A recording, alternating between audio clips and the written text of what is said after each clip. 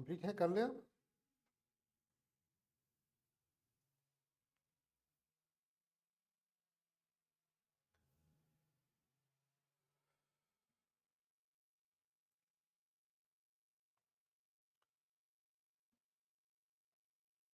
पुनः एक बार स्वागत है आपका एजुकेशन जोन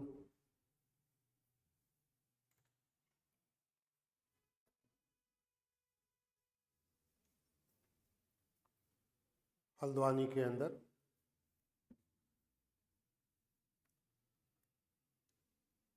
दो डिक्लेरेशन है। एक डिक्लेरेशन तो है कि जो उत्तराखंड स्टेट के जो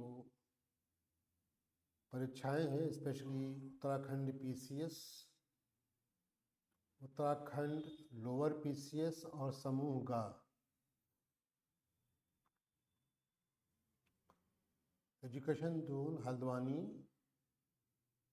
जो कनाल रोड पर स्थित है, इन तीनों परीक्षाओं के लिए विशेष कक्षाओं का आयोजन किया है। और साथ में जो लेक्चरर्स की वैकेंसी है उसके लिए स्पेसिफिक सब्जेक्ट पॉलिटिकल साइंस, राजनीति विज्ञान, इतिहास, ज्योग्राफी और हिंदी सब्जेक्ट्स की क्लासेस को आरंभ कर रहा है। सो आप में से भी जो भी इच्छुक हैं वो इस क्लास को ज्वाइन करें और जो विषय के जानकार शिक्षकगण हैं उनके माध्यम से इस परीक्षाओं को उपयोगी बनाकर अंतिम रूप से उत्तीर्ण करें। और शीघ्र ही ग्लोबल आईएएस एकेडमी एक नए वेंचर को जनवरी या फरवरी की फर्स्ट वीक में यूपीएससी सिविल सर्विसेज के लिए भी पूरा कंप्लीट प्रोग्राम लॉन्च कर रही है। यही बैनर यही होगा, उसका नाम होगा ग्लोबल आईएएस स्टडी के नाम से, जिसमें बेस्ट मेंटरशिप, बेस्ट लेक्चर जो दिल्ली के होंगे या इलाहाबाद से होंगे, जो हल्द्वानी के बच्चों के लिए रिक्वायरमेंट है उसको फिल किया करेंगे, ताकि इसका लाभ उन बच्चों को मिल सके जो हल्द्वानी के आसपास है या पहाड़ों में है, जो दिल्ली या इलाहाबाद जैसे शहरों में मूव नहीं कर सकते या किन्हीं कारणों से मूव नहीं कर पा रहे हैं। वो उन्हीं शिक्षकों के माध्यम से जो दिल्ली में पढ़ा रहे हैं, जैसे मैं भी यहीं पर भी हूँ, तो मैं और मेरे साथ और बहुत से सब्जेक्ट एक्सपर्ट टीचर्स यहाँ पे अवेलेबल होंगे जो आपको बेस्ट क्वालिटी टीचिंग अवेलेबल कराएंगे हल्द्वानी के अंदर ही। और ये पूरा प्रोग्राम ऑफलाइन ऑनलाइन दोनों मोड में अवेलेबल है।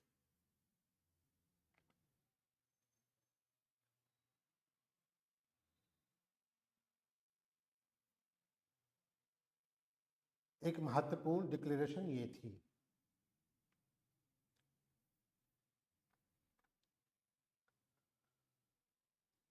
एक सब्जेक्ट जो इतिहास के रूप में जाना जाता है,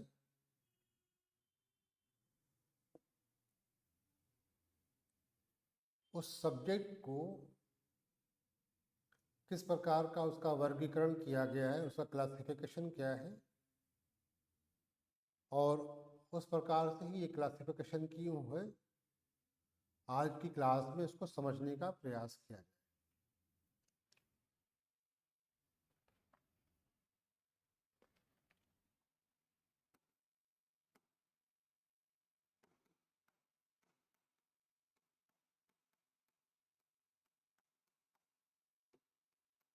यह इतिहास का वर्गीकरण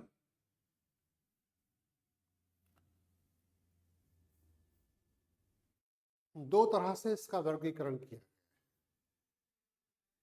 एक जो समानता हम सब जो जानते हैं कि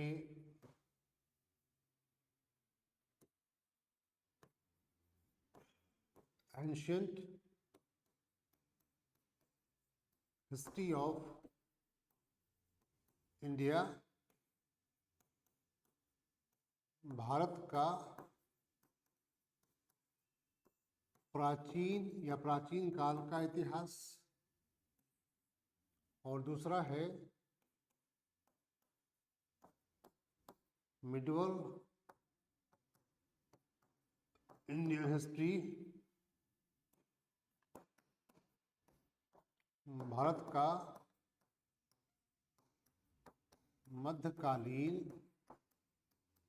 इतिहास, और तीसरा है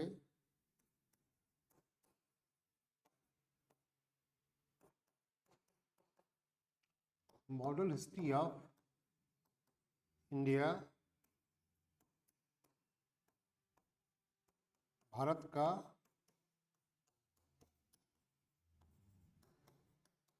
आधुनिक इतिहास। जनरली समानता इस बात को, जो लोग भी थोड़ा हमारा इतिहास को जानते हैं, इस वर्गीकरण को जानते ही हैं, लेकिन एक छात्र या छात्रा होने के नाते, एक स्पेसिफिक स्कॉलर होने के नाते ये जानना बहुत ज़रूरी हो जाता है कि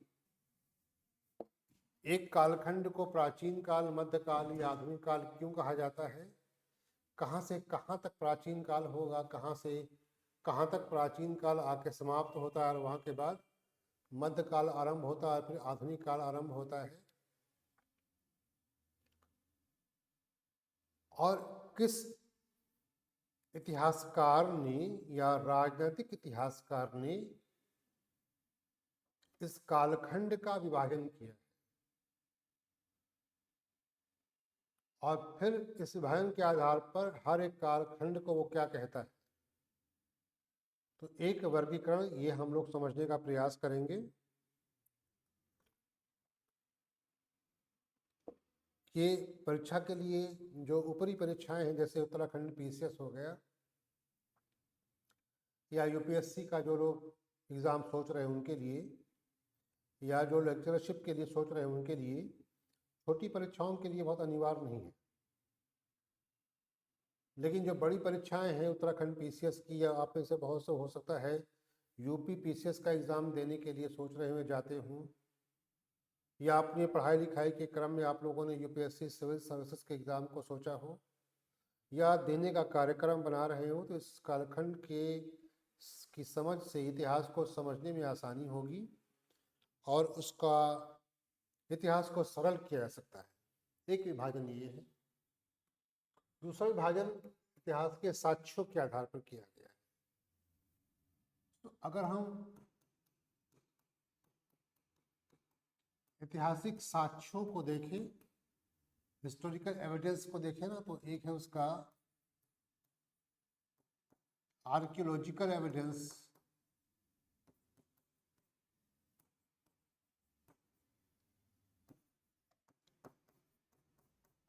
पुरातात्विक साक्ष्य, और दूसरा है लिटरेरी एविडेंस, साहित्यिक साक्ष्य। एक काल विभाजन ये है, और इन साक्ष्यों के आधार पर पुनः इसको 3 भागों में बांटा गया है। एक है प्री हिस्टोरिक पीरियड, प्रागैतिहासिक काल, और दूसरा है प्रोटो हिस्टोरिक एज, आद्य इतिहास, और तीसरा है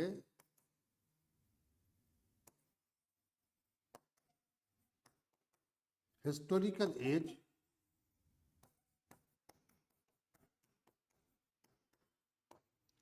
साहित्यिक काल। तो हिस्ट्री का जो क्लासिफिकेशन है या जो हिस्ट्री के इतिहास का वर्गीकरण है वो दो प्रकार से किया गया है। एक प्रकार है उसका इस खंड का प्राचीन, मध्य और आधुनिक के रूप में। इसको जे मिल ने, एक पॉलिटिकल हिस्टोरियन है जेम्स मिल, इस आधार को इसने क्लासिफाई किया है।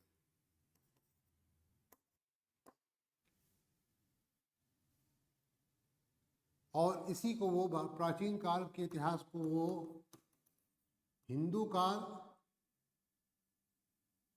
इसको मुस्लिम काल और इसको ईसाइयत का काल कहता है। The age of Hindu and the age of Muslims and the age of Christianity.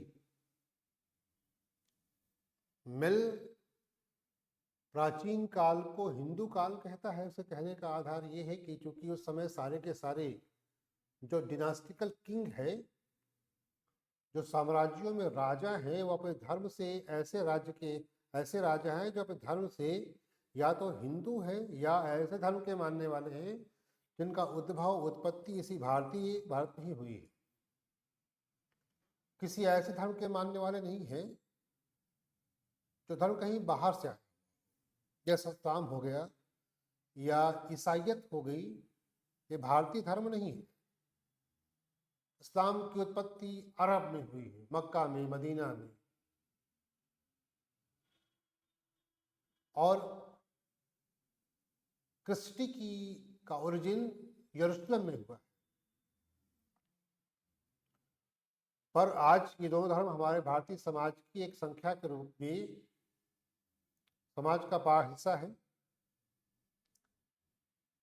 तब तक जब तक कि किसी राजा का धर्म भारतीय धर्म के अतिरिक्त कोई और नहीं था। उस पूरे कालखंड को मिल कहता है ये हिंदू काल है, और उसी काल को कहता है कि ये प्राचीन काल है।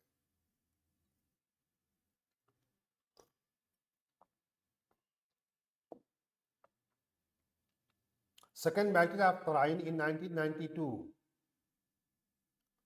तराइन के द्वितीय युद्ध में जो 1192 में हुआ, जिसमें एक इस्लामिक इन्वेजर, इस्लाम का आक्रमणकारी गौरी तुर्की से आकर भारतीय वीर राजा महाराणा प्रताप सिंह को डिफीट करता है और वो भारत में एक इस्लामिक सल्तनत काल की स्थापना करता है और अपने सिपाह सालारों को भारत पूरा देकर वापस तुर्की चला जाता है। इतिहास के कालखंड में बैटल ऑफ तराइन पढ़ने का एक सेगमेंट है। फिर इसी वार के बाद भारत के अंदर इस्लामिक सल्तनत काल की स्थापना होती है। फिर सल्तनत काल के भी यहाँ पर आगे बाबर आता है मुगल, और मुगलों की सत्ता स्थापित होती। दोनों धर्म से मुसलमानी है। सल्तनत काल भी और बादशाह काल भी जितने सुल्तान या राजा हुए, इन सभी का धर्म एक था, वो था इस्लाम। और बहुत लंबे समय तक इन सुल्तानों और बादशाहों ने भारतीय राज क्षेत्र पर अपनी सत्ता को स्थापित किया है। अब ऐसे अगर डेट्स में सोचें तो तराइन का सेकेंड बैटल जो है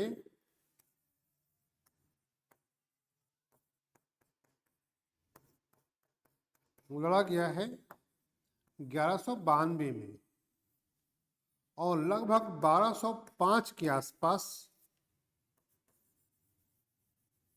दिल्ली सल्तनत स्थापित हो गई।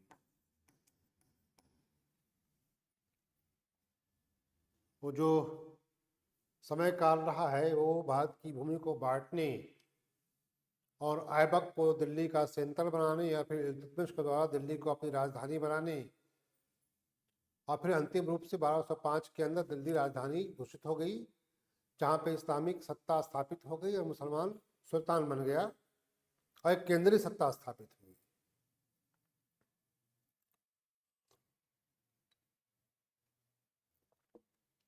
और ये तब तक रही जब तक कि बाबर का आक्रमण नहीं।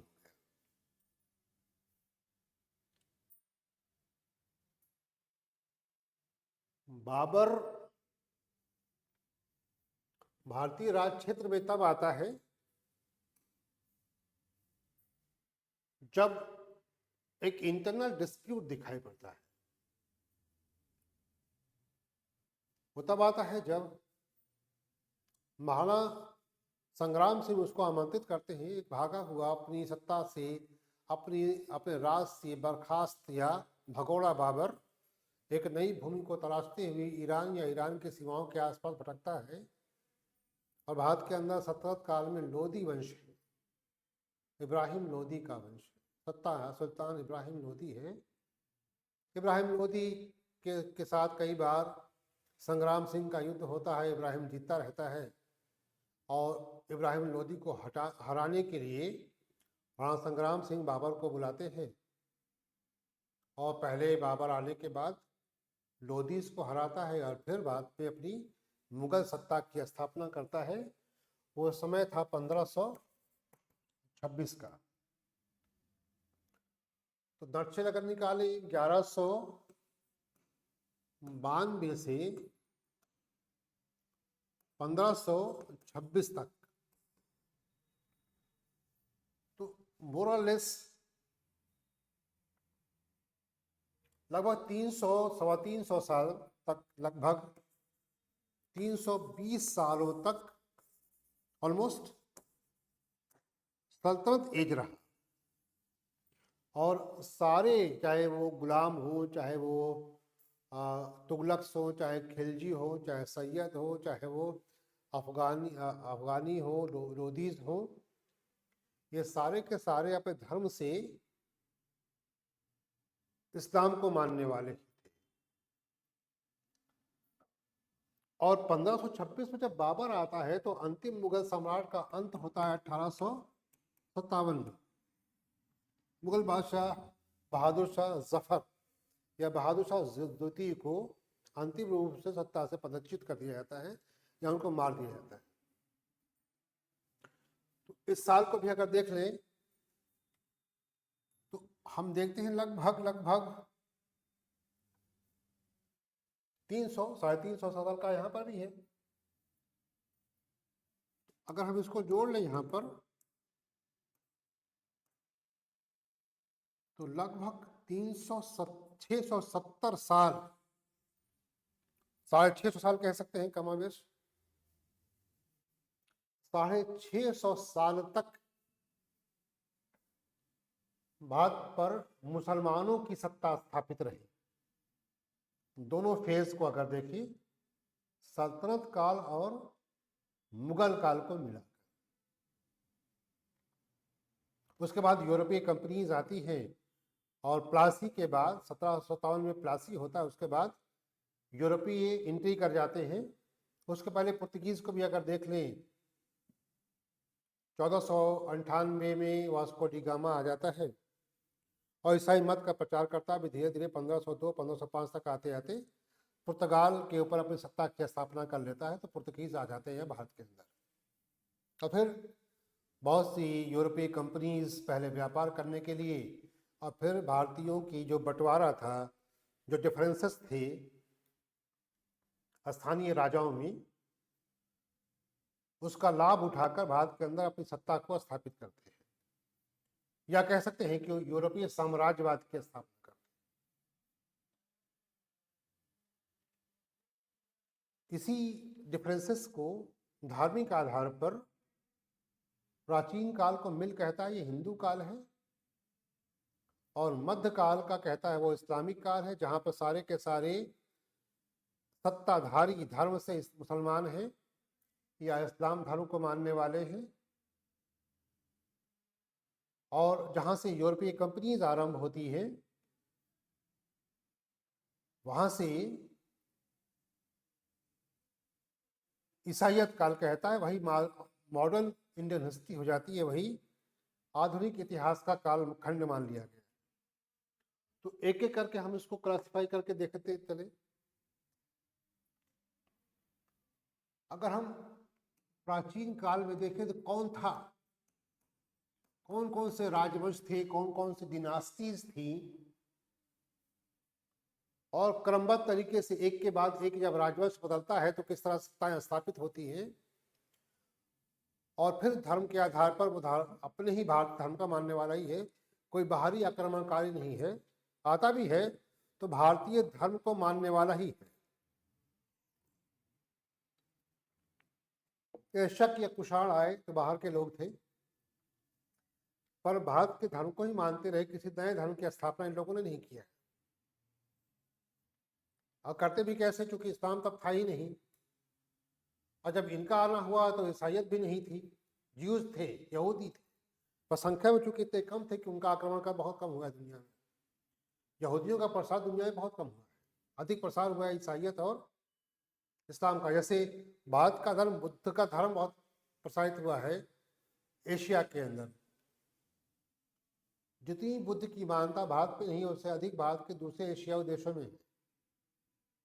तो भारतीय धर्म का सबसे अधिक प्रसार बुद्धिज्म का हुआ भारत के बाहर।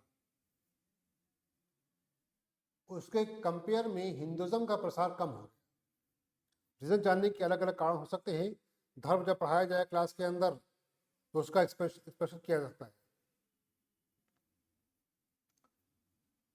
तो अगर हम प्राचीन काल खंड की बात करें तो जो पूरा का पूरा एक एक करके अगर देखें तो एक वो हमारे पास है पाषाण काल,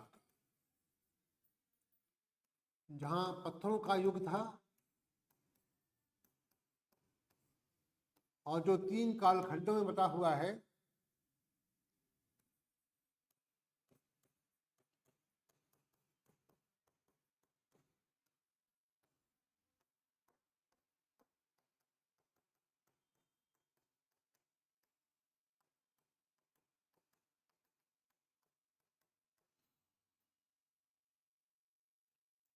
पूरा पाषाण काल, मध्य पाषाण काल या नवपाषाण काल।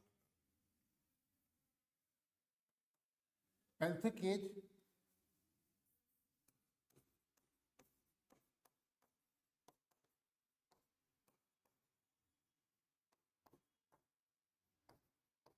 मीसोलिथिक एज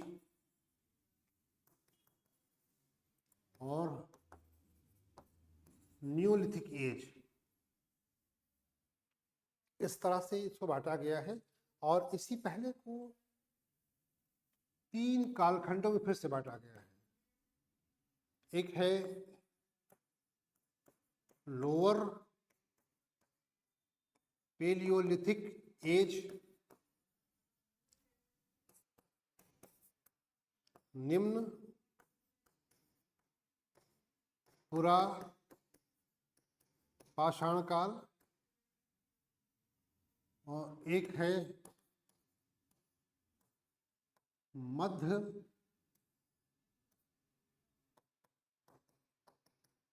पुरा पाषाण काल। हम इसका बंटवारा कर रहे हैं। और इसी का अंतिम है उच्च पुरा पाषाण काल या अपर पेलियोथिक एज। अगर हम इसको नंबर्स में या अल्फाबेटिकल कर लें तो 1, 2 और 3, इसको फिर से कैटेगरी में कर ले तो A, B और C। तो सब कैटेगरी A, B, C है, और नंबर्स की कैटेगरी का क्लासिफिकेशन 1, 2, 3 पे है। तो लगभग 6 प्रकार का क्लासिफिकेशन है। इस पूरे टाइम ऑफ पीरियड को कहते हैं द एज ऑफ स्टोन। इसका अर्थ ये हुआ कि मनुष्यों ने अपने हंटिंग में, शिकार में, जानवरों का शिकार करने के लिए उन लोगों ने जो टूल्स, जो वेपन्स यूज किया वो सब के सब पत्थर के थे। वो चाहे चॉपर चेपिंग हो या फिर हैंड एक्स कल्चर साउथ का हो। नॉर्थ इंडियंस में जो कल्चर पाया गया है उस कल्चर को कहा गया है चॉपर चेपिंग कल्चर, और जो साउथ मद्रासन एस्ट्रेलियन कल्चर है उसको कहा गया है हैंड एक्स कुल्हाड़ी संस्कृति। बट जो भी विपन्स थे, जो भी टूल्स थे हंटिंग के लिए, शिकार के लिए, वे सब के सब मेटेलिक नहीं थे, धातु के नहीं थे, वे सारे के सारे पाषाण के थे, पत्थरों के थे। पहले उसे पिक किया है, कहीं से चुना है, उठाया है, वाटरफॉल के नीचे से, पानी के झरनों के नीचे से, या फिर उसको पत्थरों को तोड़कर खुद से शेप दिया, बनाया है। तो चैप्टर वाइज डिटेल इसकी अलग एक व्याख्या है। बस सारांश में हम लोग सीखे कि एशियन टाइम के पीरियड को किस तरह से, किस कालखंड में और किस बिहार पर व्याख्यात किया गया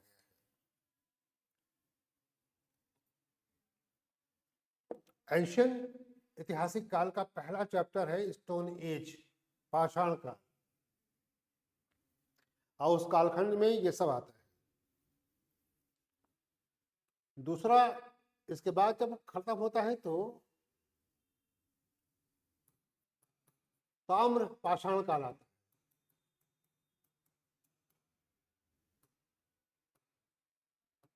है। ब्रॉन्ज स्टोन एज सिंपल सा है कि जो मेटल, जो धातु उपयोग किया मनुष्य ने पहला तांबा था, और साथ साथ उन्होंने पत्थरों के उपकरणों का भी उपयोग करते रहे।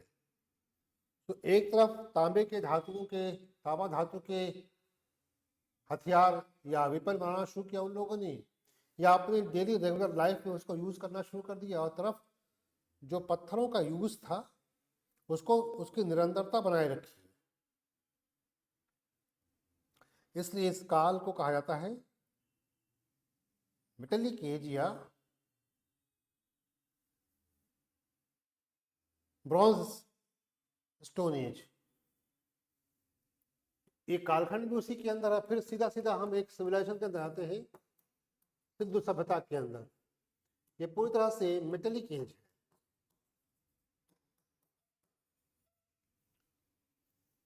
तो हम इंडस वैली को, सिंधु सभ्यता को भी प्राचीन काल के इतिहास में ही कहते हैं। जो धर्म की मान्यता थी, इस टाइम में धर्म अव्याख्यित था,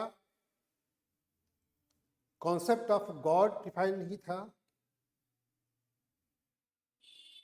ईश्वर की संकल्पना अव्याख्यित थी, प्राकृतिक पूजा थी, प्रकृति के लोग डर की पूजा करते थे, और वो जो पूजा प्रैक्टिस या वर्शिप थी इज फ्रॉम फियर, वो डर से उत्पन्न होती। तो धर्म का आधार प्रकृति है, प्रकृति से धर्म की उत्पत्ति हुई है, और आरंभिक भारतीय मनुष्यों ने या विश्व के लोगों ने भी प्राकृतिक शक्तियों को पूजने का काम किया है। तो हमारे सिंधु सभ्यता तक या बाद के वैदिक सभ्यता तक भी देवताओं का, देवियों के नाम तो मिलते हैं ऋग्वेद के अंदर, लेकिन उनका आकार प्रकार नहीं मिलता, मूर्ति पूजा नहीं मिलती, मौर्यों तक भी नहीं मिलती। गुप्तों के बाद मूर्ति पूजा का आरंभ हुआ है, या गुप्तों से ही मूर्ति पूजा का आरंभ हुआ है। तो हम सीक्वेंस बनाने का प्रयास करते हैं कि कहां से कहां तक हम प्राचीन काल को मान लें। तो हम एक एक करके चलें।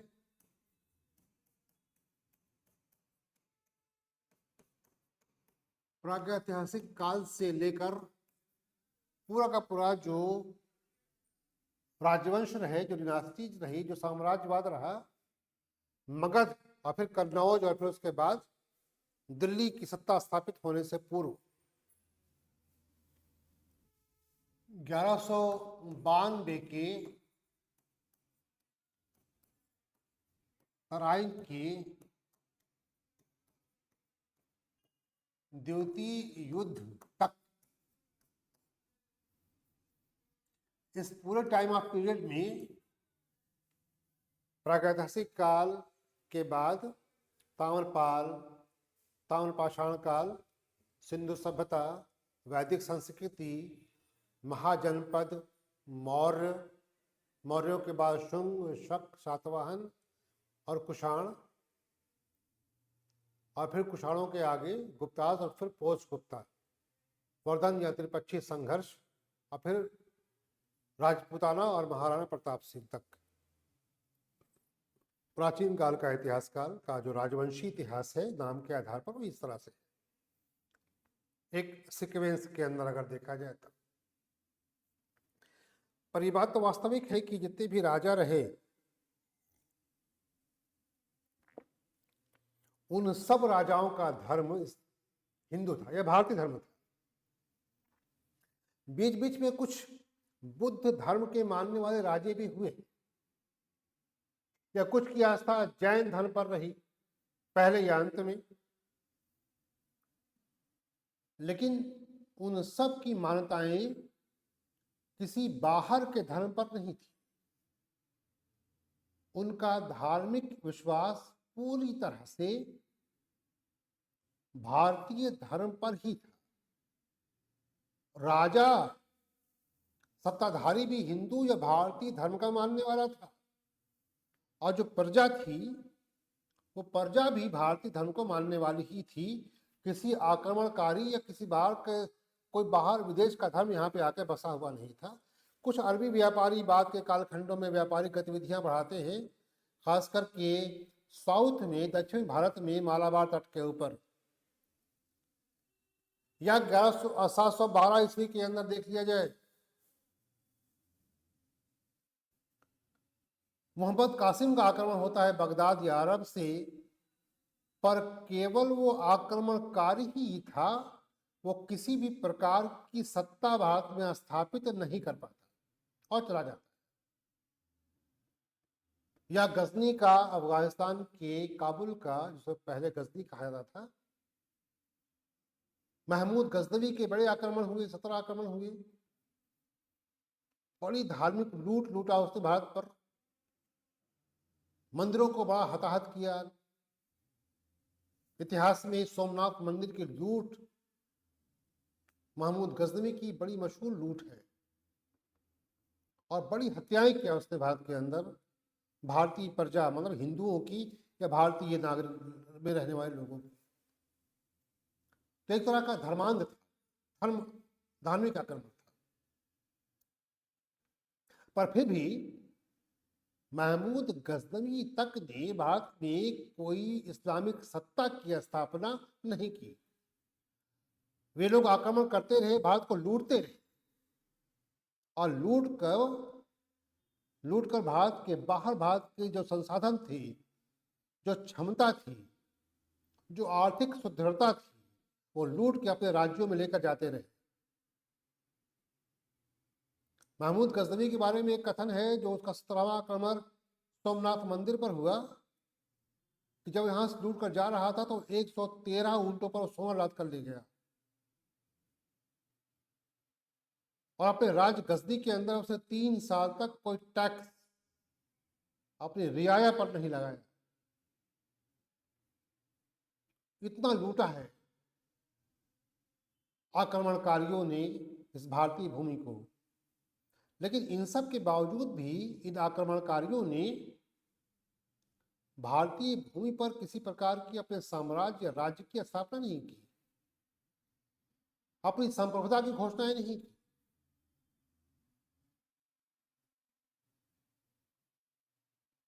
ग्यारह सौ बानवे का तराइन का युद्ध का, द्वितीय युद्ध की जो हार है,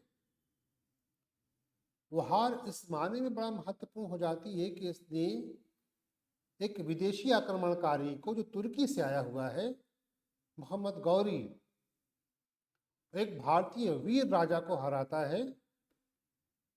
कारण चाहे जो भी हो, उन कारणों की अलग से व्याख्याएं हो सकती हैं।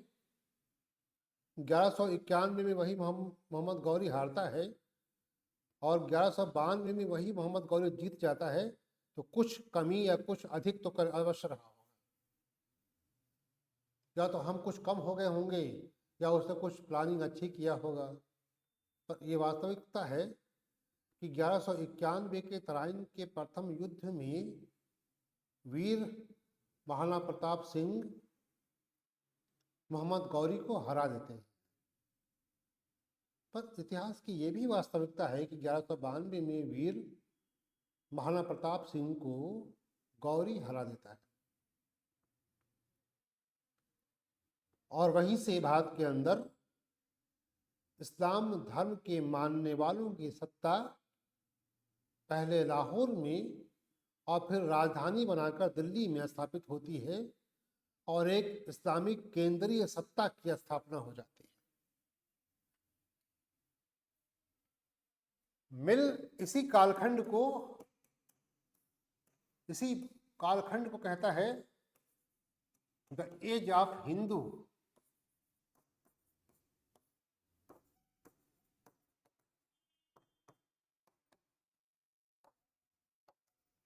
क्योंकि राजा भी हिंदू है, प्रजा भी हिंदू है और भारतीय समाज की धार्मिक मान्यताओं में भारत की भूमि से उत्पन्न ही वो धर्म है जिनकी उत्पत्ति वहीं हुई है, वो कहीं बाहर से नहीं आया। तो अधिकांश जनसंख्या या तो हिंदू है या बुद्ध का प्रचलन है या भारत में जैन धर्म का है या जो दूसरे संप्रदायों का उदय समय समय पर भारतीय राज क्षेत्र में हुआ उनकी स्थापना है, उन्हीं की मान्यताएं।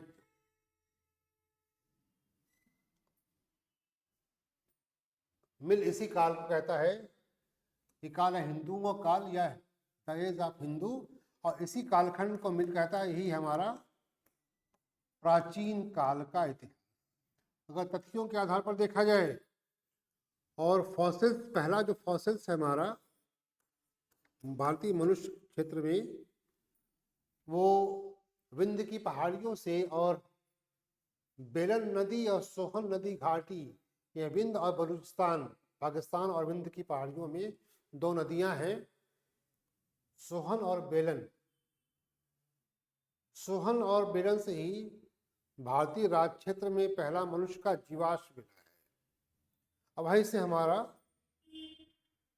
प्रागैतिहासिक काल का आरंभ है।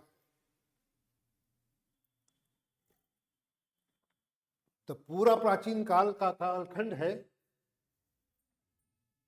25 लाख ईसा पूर्व से 1192 ईस्वी तक। इस पूरे कालखंड को कहा जाता है प्राचीन काल का इतिहास और द एज ऑफ हिंदू और द हिंदुओं का काल। तो समझ ने पूर्व में भी कहा कि इस कालखंड में हिंदू राजा है, प्रजा हिंदू है, भारतीय समाज में कोई विदेशी धर्म नहीं है, उन धर्म को ही मानता है जिन धर्म की उत्पत्ति भारतीय राज क्षेत्र में हुई है। वो हिंदू है, बौद्ध है, जैन है या उन वो संप्रदाय हैं जिन संप्रदायों की उत्पत्ति भारत में ही हुई है। कोई इस्लामिक, कोई ईसाइयत यहाँ पर राजा के रूप में या राजत्व के रूप में स्थापना नहीं हुई थी। इस पूरे कालखंड को कहा गया है प्राचीन काल का इतिहास। और मध्यकाल को देखा जाए अगर हिस्ट्री, तो कह सकते हैं कि 1192 से लेकर